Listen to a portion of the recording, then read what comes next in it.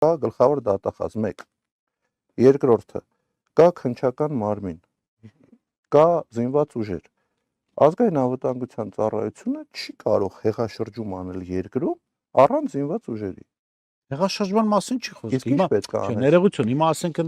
դա հեղաշրջում է։ Եթե ժողովրդի կողմից ընտրված քաղաքական ազգային անվտանգության ծառայությունը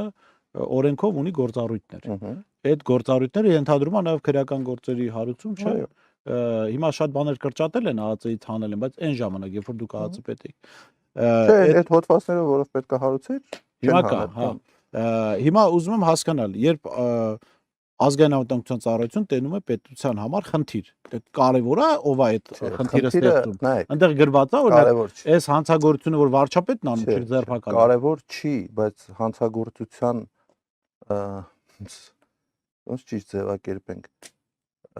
Դու տեսնում ես, որ այս քայլերի անելու դեպքում